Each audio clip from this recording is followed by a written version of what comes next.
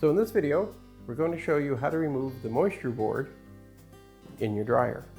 So the first thing we want to do is remove the back from the console. I'm just going to turn the dryer around so you can see that. And in this machine, it's just 1/4-inch screws that hold it on. On yours, it may be a different type of screw head. But whichever type it is, you just need to remove those screws and slip the back out of the way. And now we can see our components and the wires that go to them.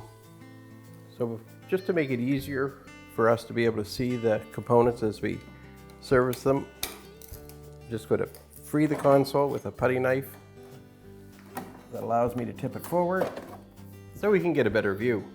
So now with the console tipped out of the way, to remove the moisture board, on this model, it's simply a matter of lifting it out of its block.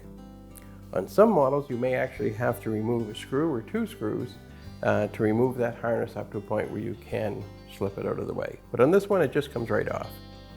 And that's how easy it is to remove the moisture board on your dryer.